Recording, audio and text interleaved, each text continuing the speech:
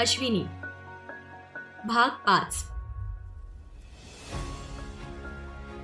तुला चॉकलेट्स आवडतात ना, म्हणून मी चॉकलेट्स आणली. मिठीतल्या आरोहीला अबीर म्हटला आणि ती छानशी गालात हसली. तेवढ्यात एक छोटी तिच्याच वयाची मुलगी तिथे आली. आरोही, हे कोण आहेत? तुझे पप्पा का? त्या मुलीने भाबडेपणाने विचारलं. आरोहीने एकदा त्याच्याकडे पाहिलं आणि पुन्हा त्या मुलीकडे पाहिलं. हो, हे माझे पप्पा आहेत. आरोही म्हटली. आणि आता मात्र सगळे शॉक झाले.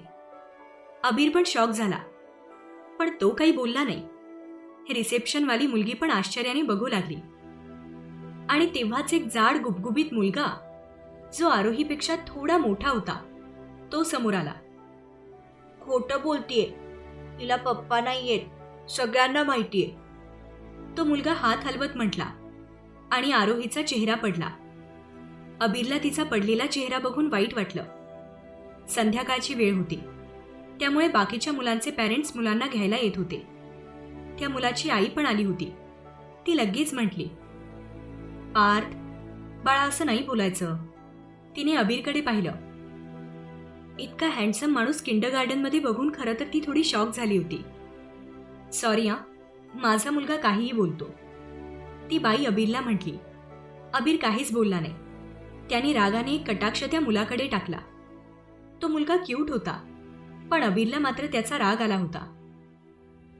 आरोही, हे खरंच तुझे पप्पा आहेत का? पहिल्यावाल्या मुलीने विचारलं. आता मात्र आरोहीने खाली मान घातली. ए अनु, तू तिला काय विचारतीये? तिची आई पण कधी येत नाही इथे, आणि पप्पाचा तर पत्ताच नाहीये. मला वाटतं ही तिच्या आई आणि पप्पांना नकोशी असणार. तो जाड मुलगा मोठ्याने हसत पुन्हा म्हटला. त्या मुलाचं आणि आरोहीचं भांडण होतं, त्यामुळे तो तिचा इन्सल्ट करायचा एकही चान्स सोडत नव्हता. पण यावेळी अबीरला जास्तच राग आला. त्याने त्या मुलाऐवजी त्याच्या आईकडे रागाने पाहिलं. त्याची ती नजर पाहून ती बाई घाबरली. तिने लगेच तिच्या मुलाला एक फटका मारला. पार्थ, काय बोलतोयस? तुला आम्ही हेच शिकवलंय का? चल घरी चल, दाखवते तुला. त्याला ओढतच ती तिथून घेऊन गेली. Uncle, sorry. आरोही हळू आवाजात अबीरला म्हटली. अबीर काहीच बोलला नाही, पण त्या मुलाचं बोलणं ऐकून त्याच्या मनात स्फोट होत होते. हिला खरंच वडील नाहीयेत आणि आई पण येत नाही. त्याने स्वतःच्या रागावर कंट्रोल केलं आणि आणलेला सगळा खाऊ तिला दिला. Thank you uncle.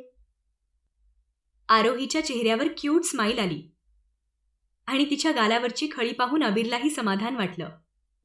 केवढा ॲटिट्यूड आहे. नीता बरोबर म्हणते, मिस्टर ॲटिट्यूड. अश्विनीने मनातच विचार केला. दोघंही एकाच फ्लोअरवर उतरले आणि आपापल्या घरी गेले. अश्विनीने जाऊन जेवण बनवलं, सासूला औषधं दिली आणि शेवटी बेडवर आली. आजकाल बेडवर आलं की तिला फोनची आठवण येत होती, आरतीसाठी. कारण तिला तिचं म्हणणं ऐकून घेणारी मैत्रीण मिळाली होती. तिने लगेच फोन घेतला आणि तिच्या चेहऱ्यावर स्माईल पसरलं. आरतीचा मेसेज आला होता. Ashu, today I am very happy. का ग, काय झालं? आज एवढा का मूड चांगला आहे? बस असंच. तू बोल, तुझा दिवस कसा गेला? ठीकठाक. आज हाफ डे घेतला होता. दुपारी क्लायंटला फोन केला, पण लागला नाही. आणि आता लिफ्टमध्ये तोच क्लायंट दिसला होता, पण साधी ओळखही दाखवली नाही. खूपच ॲरोगंट आहे आणि ॲटिट्यूड तर खच्चून भरलाय. अश्विनीने रिप्लाय केला. अच्छा, कोण आहे तो? Is he handsome? God knows, स्वतःला काय समजतो. त्याचे डोळे फक्त चांगले, बाकी तर पुरता ॲटिट्यूडने भरलेला आहे. अगं हो, किती कोसशील त्याला. I think you are quite interested in him. No way. Actually Aarti, मला तुला काहीतरी सांगायचं होतं. बोल मेरी जान. माझा बॉस विनय, तो आज पण मला डिनरसाठी बोलावत होता. मला ना सारखं असं वाटतं की त्याला माझ्यात इंटरेस्ट आहे. मी लास्ट टाइम त्याला माझ्याबद्दल सगळं सांगितलं होतं, तरीही आज पुन्हा तो डिनरसाठी बोलावत होता. मला खरंच कळत नाहीये काय करायचं ते. त्यात नीतासारखी जा म्हणून मागे लागते. अश्विनीने मेसेज सेंड केला, पण रिप्लाय द्यायला थोडा वेळ लागला. फोन वाजताच तिने पाहिलं. Do what your heart tells you to do. Don't listen to anyone. Okay? चलो, take care. Good night. Good night. अश्विनीने फोन ठेवला आणि विचार करायला लागली. खरंच आपलं मन जे सांगतं तेच आपण करायला हवं, पण आपलं मन काय सांगतंय तेच तर कळत नाहीये. तिने डोळे मिटले आणि निद्रा देवीची आराधना करू लागली. आणि तिला झोप लागली सुद्धा. पण मध्यरात्री अचानक तिला जाग आली. तिला दरदरून घाम फुटला होता. काहीतरी विचित्र स्वप्न पडलं होतं. अजूनही तिचा जीव वर खाली होत होता. पण नक्की स्वप्न काय पडलं तेच आठवत नव्हतं. पण ती खूप जास्त घाबरली होती. तिने पटकन शेजारच्या टेबलवरचा पाण्याचा ग्लास घेतला आणि घटाघट पाणी प्यायली. पाणी प्यायल्यावर तिला जरा शांत वाटलं. मग तिने स्वप्न आठवण्याचा खूप प्रयत्न केला, पण आठवत नव्हतं. नेहमीच असं व्हायचं. तिला स्वप्न पडायचं, ती दचकून उठायची, पण उठल्यावर मात्र काहीच आठवायचं नाही. ती पुन्हा उशीवर डोकं ठेवून झोपली, पण आता झोपही येत नव्हती. ती सारखं ते स्वप्न काय होतं हेच आठवण्याचा प्रयत्न करत होती, पण तिला काही स्वप्न आठवत नव्हतं. पहाटे कधीतरी तिला झोप लागली. अश्विनी सकाळी उठली तेव्हा तिला शरीरात अशक्तपणा जाणवत होता. तिने कसंबसं जेवण बनवलं आणि ऑफिसमध्ये आली. ती तिच्या डेस्कवर जाऊन बसली. तिने एकदा अबीरचा नंबर डायल केला, पण त्याने रिसीव्ह केला नाही. मग तिने दुसरं काम हाती घेतलं. हे आशू, त्या डॉक्टरला डिझाईन्स दाखवल्या का? सकाळी विनय सर मला विचारत होते. नीता अश्विनीच्या डेस्कवर दोन्ही हात ठेवत म्हटली. फोन रिसीव्ह नाही करत आहे, अश्विनी म्हटली. यावेळी तिचा आवाज खूपच क्षीण होता. नीताने ते लगेच नोटीस केलं. हे, व्हॉट हॅपन डिअर?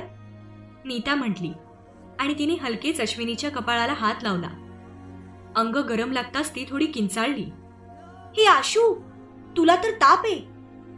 नीताचा मोठा आवाज ऐकून अश्विनीने तिला हाताने शांत रहा असं खुणावलं. नीता, मी गोळी घेतली अगं, ठीक होईल. नो नो आशू, थांब जरा, मी सरांना सांगून येते. नीता म्हटली आणि विनयच्या केबिनकडे पळाली. अश्विनी तिला मागून थांबवत होती, पण तोपर्यंत तिने केबिन गाठलं होतं. अश्विनी डोक्याला हात लावून तशीच चेअरवर बसली. दुसऱ्याच मिनिटाला विनय थोडा काळजीत बाहेर आला. अश्विनी, तुला ताप आहे?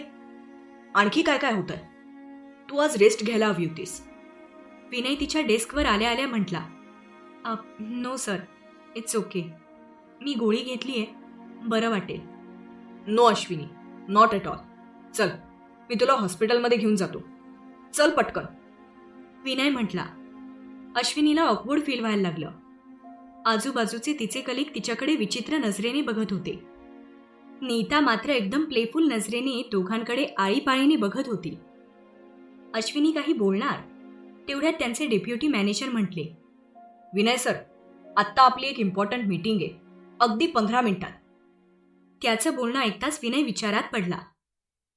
सर, मी आणि नीता जाऊन येतो, डोंट वरी, अश्विनी म्हटली. नीता, ते आपल्यापासून एक जे नावाचं हॉस्पिटल जवळ आहे बघ, खूप चांगलं आहे. तिथे घेऊन जा. रिसेप्शनमध्ये माझं नाव सांग, लगेच नंबर मिळेल. विनय म्हटला. नीताने मान हलवली. मग बाकी सगळे त्यांच्या कामाला गेले आणि या दोघी ऑफिसमधून बाहेर पडल्या.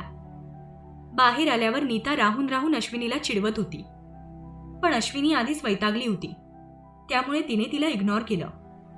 त्या दोघी हॉस्पिटलमध्ये आल्या. जनरल फिजिशियन डिपार्टमेंटला खूप गर्दी होती. नीता, इथे खूपच गर्दी आहे गं, छोट्या दवाखान्यात जाऊयात ना आपण, अश्विनी एक नजर लोकांच्या भल्या मोठ्या रांगेकडे टाकत म्हटली. नाही, हे हॉस्पिटल चांगलं आहे.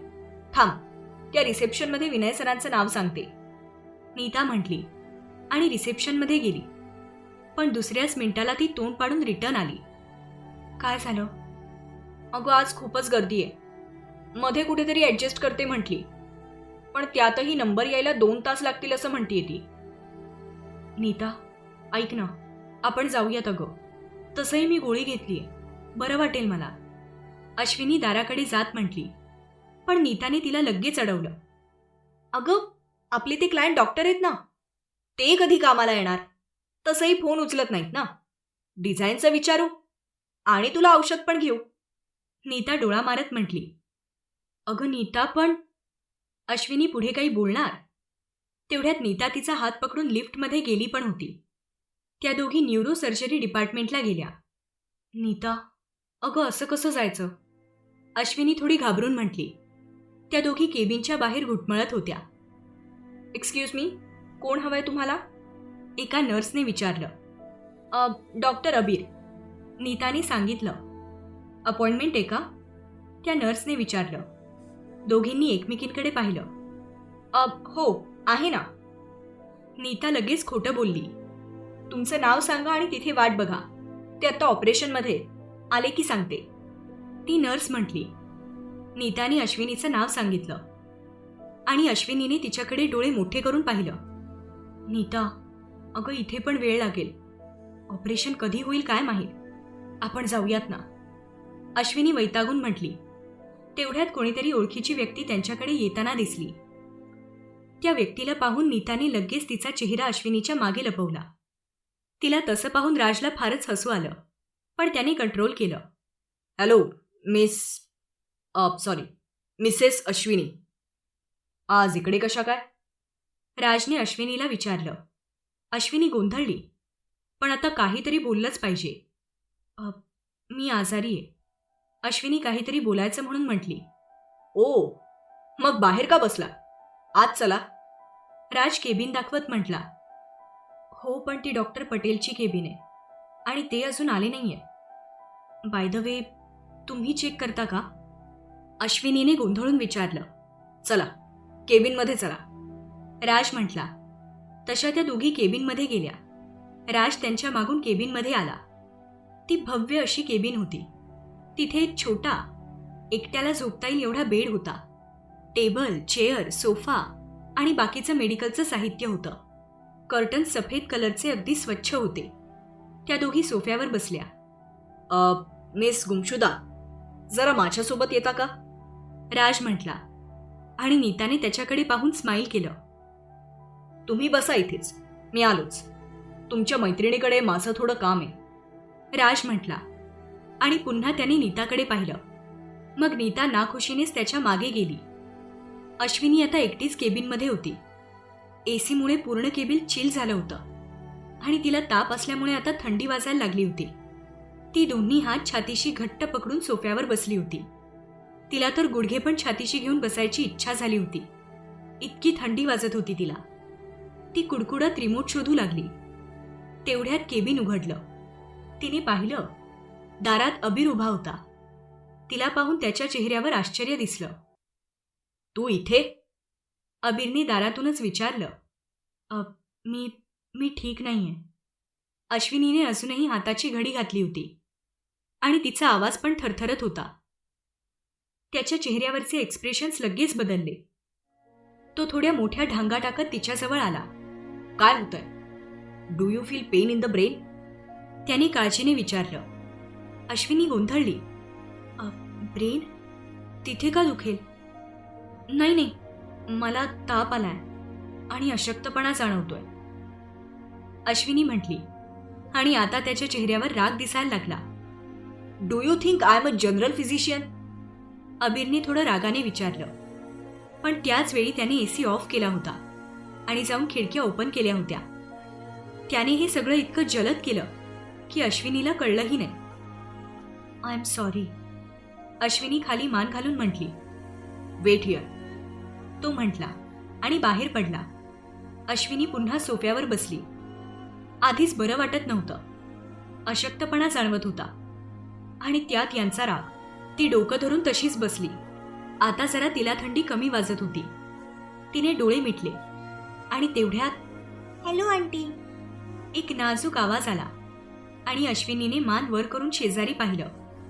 एक निळ्या डोळ्यांचा खूप क्यूट मुलगा तिच्याकडे हसत बघत होता. अश्विनी क्षणभर त्याच्या निळ्या डोळ्यात हरवली. आंटी, काय होतंय? तो मुलगा पुन्हा म्हटला. तेव्हा ती भानावर आली. तो खूप जास्त क्यूट होता. मला ताप आलाय, अश्विनी म्हटली. तो मुलगा तिच्या जवळ आला आणि त्याने त्याचा छोटा हात तिच्या कपाळाला लावला. अश्विनीला फार गंमत वाटली. ओहो आंटी, तुम्हाला तर खरंच खूप ताप आहे. पण तुम्ही मग फिजिशियनकडे जायला हवं. हे तर डोक्याच्या डॉक्टरचे डिपार्टमेंट आहे. तो मुलगा म्हटला. अश्विनी गालात हसली. खरंच होतं त्याचं. ती तापासाठी ब्रेनच्या डॉक्टरकडे आली होती. तिचं तिलाच हसायला आलं. Oh my God aunty, I love you. अचानक तो मुलगा म्हटला आणि अश्विनी शॉक झाली. तिने गोंधळून त्याच्याकडे पाहिलं. आंटी, आत्ता जेव्हा तुम्ही हसलात ना, तुमच्या गालावर खूप छान खळी पडली. I love that. तो मुलगा तोंडाचा चंबू करत म्हटला. अश्विनी दिलखुलास हसली आणि तिने त्याच्या डोक्यावरून हात फिरवला. तेवढ्यात दारातून अबीर आला आणि त्या दोघांकडे बघायला लागला. त्या मुलाला पाहून त्याच्या चेहऱ्यावर विचित्र एक्सप्रेशन उमटले. त्याने ओळखलं. त्याला सुसूचं अभ्यंग स्नान घालणारा हा छोटा उस्ताद होता. Little kids are not allowed. Get out. Abir त्या मुलाकडे बघत म्हटला. ओ हो पप्पा, किती स्ट्रिक्ट राहणार. Cool down. तो मुलगा उठून त्याच्या जवळ जात म्हटला आणि अबीर, जो आत्ता पाणी पित होता, त्याने सगळं पाणी बाहेर काढलं. व्हॉट? अबीरने शॉकमध्ये विचारलं. पप्पा, कम ऑन. आंटीला खूप जास्त फीवर आहे. आधी तिला चेक करा, मग आपण भांडू. ओके? तो मुलगा मोठ्यांसारखं बोलला आणि अश्विनी गालात हसली. नक्कीच हा डॉक्टरचाच मुलगा आहे. दोघांचे डोळे पण सेम आहेत आणि डॉक्टर अगोदरच बोलले होते की त्यांना मुलगा आहे. हाच असणार, अश्विनी मनातच विचार करत होती. पप्पा, इनफ नाव. आंटीला चेक करा. आंटी, चला. तो मुलगा म्हटला आणि अश्विनीचा हात पकडून त्याने तिला बेडवर झोपवलं. अश्विनी एकटक आणि कौतुकाने त्या मुलाकडे पाहत होती. अबीर मात्र रागाने त्याच्याकडे बघत होता. कम ऑन पप्पा, चेक करा पटकन. तुमचा वेळ खूप किमती आहे. तो मुलगा म्हटला. अबीरने एकदा झोपलेल्या अश्विनीकडे पाहिलं. तापामुळे तिचा चेहरा फिक्कट गुलाबी दिसत होता. मग त्याने त्या मुलाकडे पाहिलं. तो मुलगा गालात हसत होता. Go out. अबीर शांतपणे म्हटला. No, I want to see की तुम्ही कसं चेक करता. तो मुलगा अश्विनीच्या उशाला बसत म्हटला. No, you can't see. Abir म्हटला. का? मला बघायचंय की तुम्ही आंटीला कसं चेक करता. तो मुलगा हट्टाने म्हटला. यावेळी अबीर काही बोलणार तेवढ्यात अश्विनी म्हटली. इट्स ओके, तुम्ही याच्यासमोर चेक करू शकता. अश्विनी त्या मुलाकडे प्रेमाने बघत म्हटली आणि तो मुलगा जास्तच गोड हसला. अबीरने आळीपाळीने त्या दोघांकडे पाहिलं आणि स्टेथोस्कोप घेऊन आला. त्याने तो कानाला लावला आणि अश्विनीकडे पाहिलं. अश्विनीच्या चेहऱ्यावर आता थोडं टेन्शन दिसायला लागलं. तिला आधी काही वाटलं नव्हतं, पण स्टेथोस्कोप बघून मात्र आता तिचं मन नकळत सैरभैर झालं. पप्पा, चेक करा. तुम्ही फक्त बघतच बसणार आहात का? तो मुलगा म्हटला आणि अबीरने पुन्हा एकदा त्याच्याकडे रागाने पाहिलं. पण दुसऱ्याच क्षणी त्याने स्टेथोस्कोप बाजूला काढला आणि बेडच्या जवळ उभा राहिला. त्याने अश्विनीच्या मनगटाची नस पकडली आणि मग त्याच्या घड्याळात काही वेळ पाहिलं. मग त्याने तिच्या कपाळावर हात ठेवला. त्याचा थंड हात कपाळावर पडताच अश्विनीला जास्तच भीती वाटली. ओहो, असं चेक करतात का? पप्पा, तुम्ही पण ना? आंटी, डोंट वरी, मी तुम्हाला चेक करतो. तो मुलगा उडी मारून खाली उतरला आणि त्याने स्टेथोस्कोप घेतला. अबीर आणि अश्विनी दोघं त्याच्याकडे आश्चर्याने बघत होते. त्या मुलाने तो कानाला लावला आणि चेअरवर उभा राहून अश्विनीला एखाद्या डॉक्टरप्रमाणे चेक करायला लागला. दीर्घ श्वास घ्या. तो मुलगा चेक करत म्हटला. अश्विनीने श्वास आतमध्ये घेतला. श्वास सोडा. तो मुलगा पुन्हा चेक करत म्हटला. तिने श्वास सोडला. तिला त्याचं जाम कौतुक वाटत होतं, पण इकडे अबीरच्या नजरेत मात्र राग आणि जेलसी दोन्ही एकत्र साचलं होतं. पप्पा, आंटीला तापावरच्या गोळ्या द्या.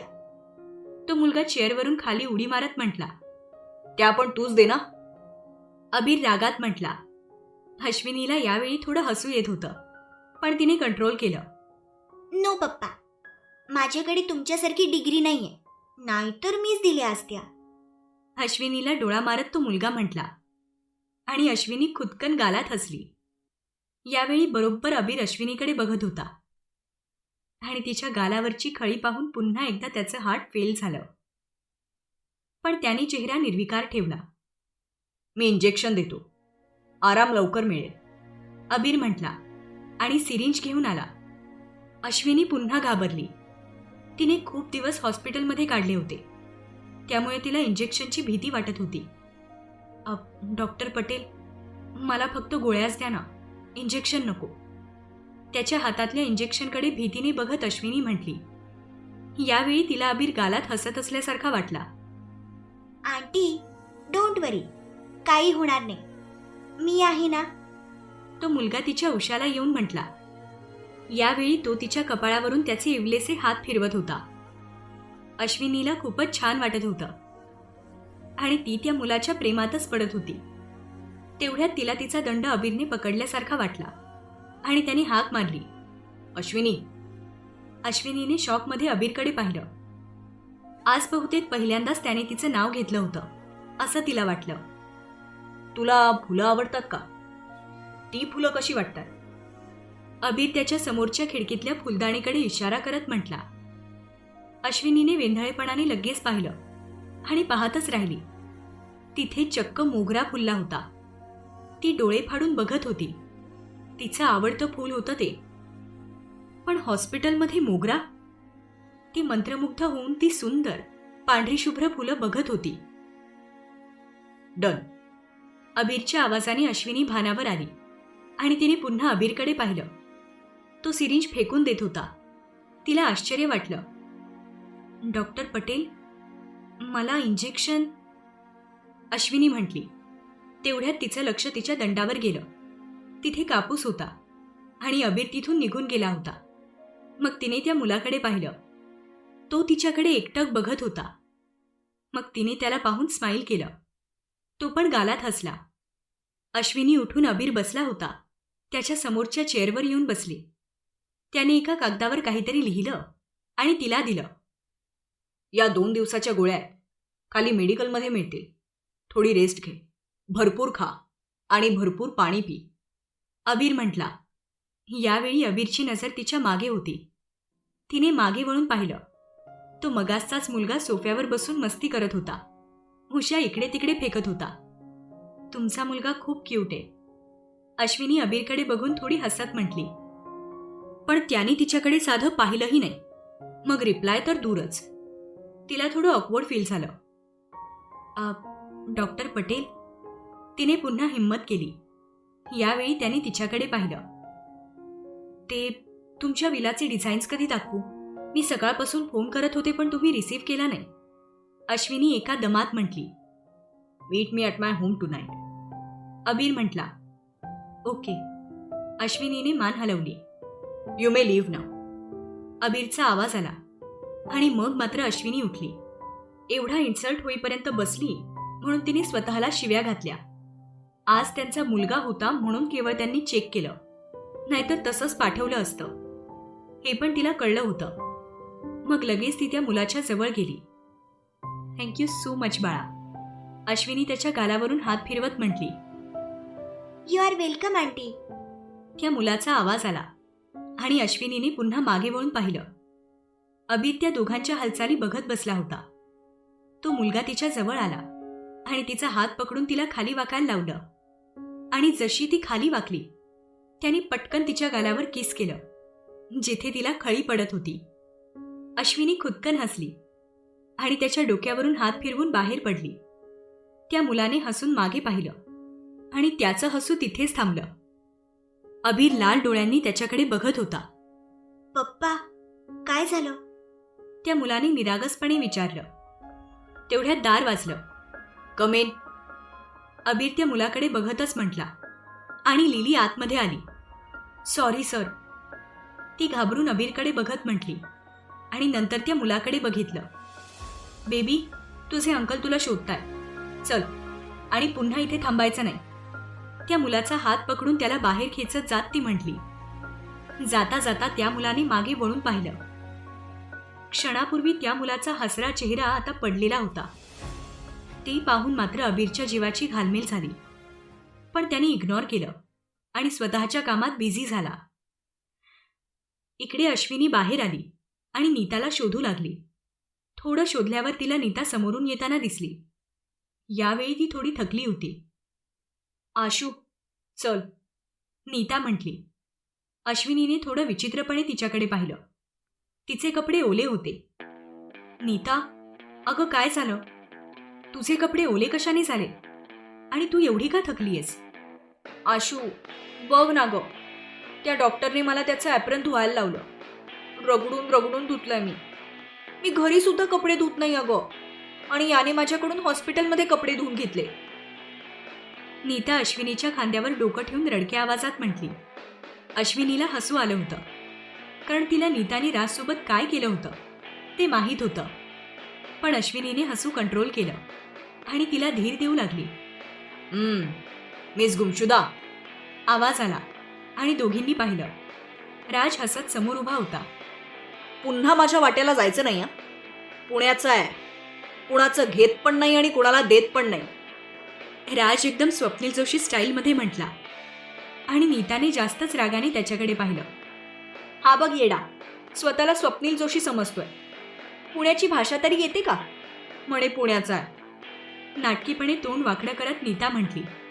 ए गुमशुदा, गप्प राहायचा. आज कपडे धुवायला लावले, नेक्स्ट टाइम याच्यापेक्षा जास्त असेल. राज रागात म्हटला. तू फक्त तुझ्या हॉस्पिटलमध्ये शेरेस, बाहेर तर तुझी कुत्र्याची पण लायकी नाहीये. आशू, चल, फालतू लोकांच्या नादी लागायचं नाही आपण. नीता तुसडेपणाने म्हटली आणि निघाली. इकडे राजचे डोळे रागाने लाल झाले होते. त्यांनी त्याच्या हाताच्या मुठी आवळल्या आणि दातोट खात जाणाऱ्या नीताकडे बघू लागला. ही मुलगी अति करतीये, स्वतःला समजते काय? नेक्स्ट टाइम तिला दाखवतो राज काय चीज आहे. राज मनातच विचार करत अबीरच्या केबिनमध्ये गेला. अबीर रात्री डिनर झाल्यावर त्याचं काम करत बसला होता. तेव्हा त्याचा फोन वाजला. त्याने पाहिलं. व्हॉट्सॲप मेसेज होता. त्याने ओपन केला. Sorry, today it's not possible for me to show you designs. Tomorrow I show you. Thank you. अश्विनीचा मेसेज होता. त्याने तो पाहिला आणि पुन्हा फोन ठेवून दिला. बाहेर हलका हलका पाऊस सुरू होता. त्याचा झिरझिर आवाज येऊ लागला. तो उठून बाल्कनीत आला. पाऊस पाहून त्याचं मन बहरून आलं. तिला पाऊस खूप आवडायचा. तो पुन्हा बेडवर आला आणि लॅपटॉपमध्ये डेस्कटॉप चेंज केला आणि पुन्हा तोच फोल्डर ओपन केला. पण यावेळी फोटो मात्र वेगळा होता. त्यात एक मुलगी पावसात भिजत होती. तिच्या चेहऱ्यावर एक आनंदाची स्माईल होती. ती दोन्ही हात पसरून पावसाचा आनंद घेत होती. तिच्या गालावरची खळी मनमोहक दिसत होती. अबीर एकटक त्या फोटोकडे पाहत होता. हे फोटोज तर, देव म्हटला. हळूहळू बस भरू लागली आणि आता फुल झाली. पण ती आलीच नाही. ड्रायव्हर पण येऊन बसला. शायद वो नहीं आएगी, तो फिर मेरा वहां पे क्या काम?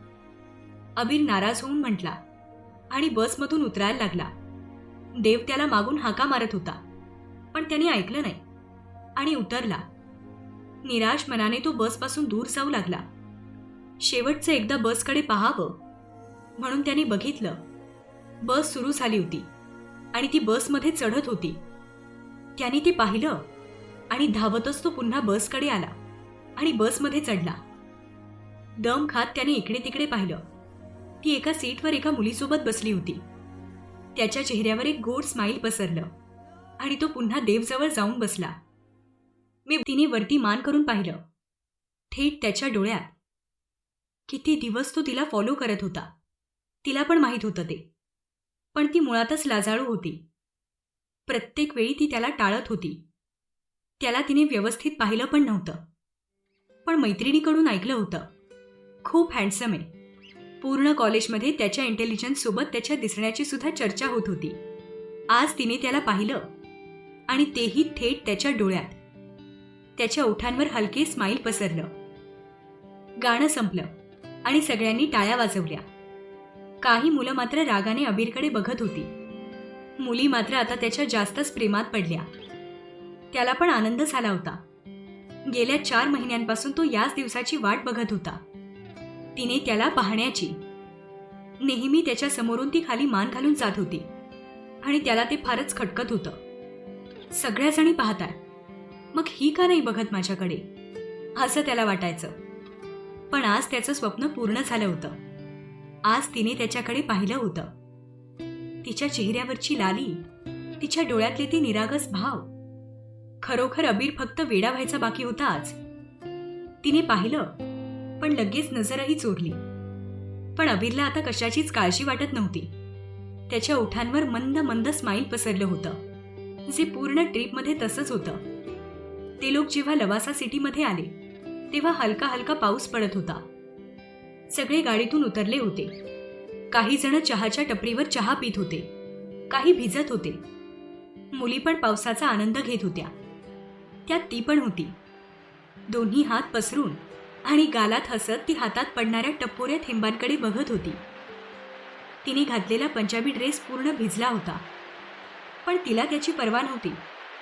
तिच्या डोळ्यात फक्त आनंद होता. अबीरने त्याचा कॅमेरा सोबत आणला होता आणि तो फक्त तिचे फोटोज काढत होता. हा सीन पण कैद करायला तो विसरला नाही. लवासामध्ये फिरता फिरता खूप वेळ गेला. पाऊस पण थांबला होता. भिजलेली मुलं मुली आता उन्हातून पळत होते. निसर्ग बहरला होता. ऋतूच वसंत होता. तो बहरणारच ना. अबीरची नजर तिला शोधत होती. थोड्या वेळासाठी तो वॉशरूममध्ये गेला आणि ती नजरेआड झाली. देव, कहा गई वो? अबीरने इकडे तिकडे बघत विचारलं. अबे साले, कितना देखेगा उसको? थोड़ा संभल जा. दिल को इतना मत इन्वॉल्व कर, पछताएगा. देव वडापाव खात म्हटला. तू नहीं समझेगा. इसमें भी एक मजा है. प्यार एक नशा है, जो अच्छा भी है और बुरा भी. अबीर डोळा मारत म्हटला आणि तिथल्या एका चढाच्या बाजूला गेला. तिथून मुली खाली येत होत्या.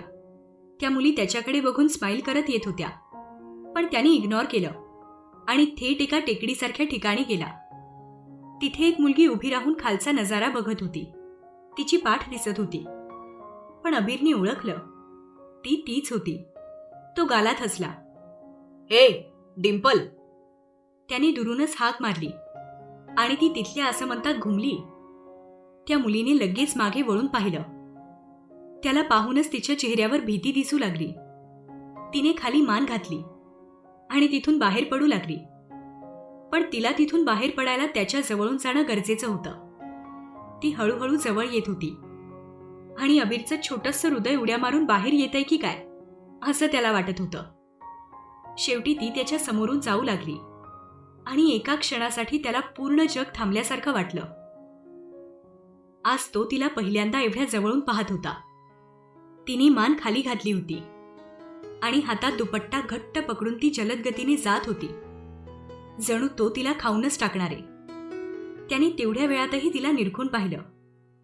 तिच्या मानेवर एक छोटासा तीळ होता, जो एखाद्या ब्युटी स्पॉट सारखा दिसत होता.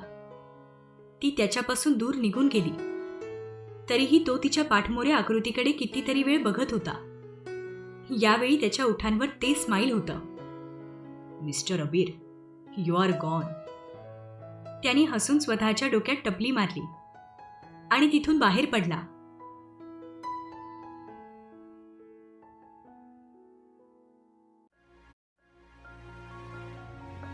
अश्विनी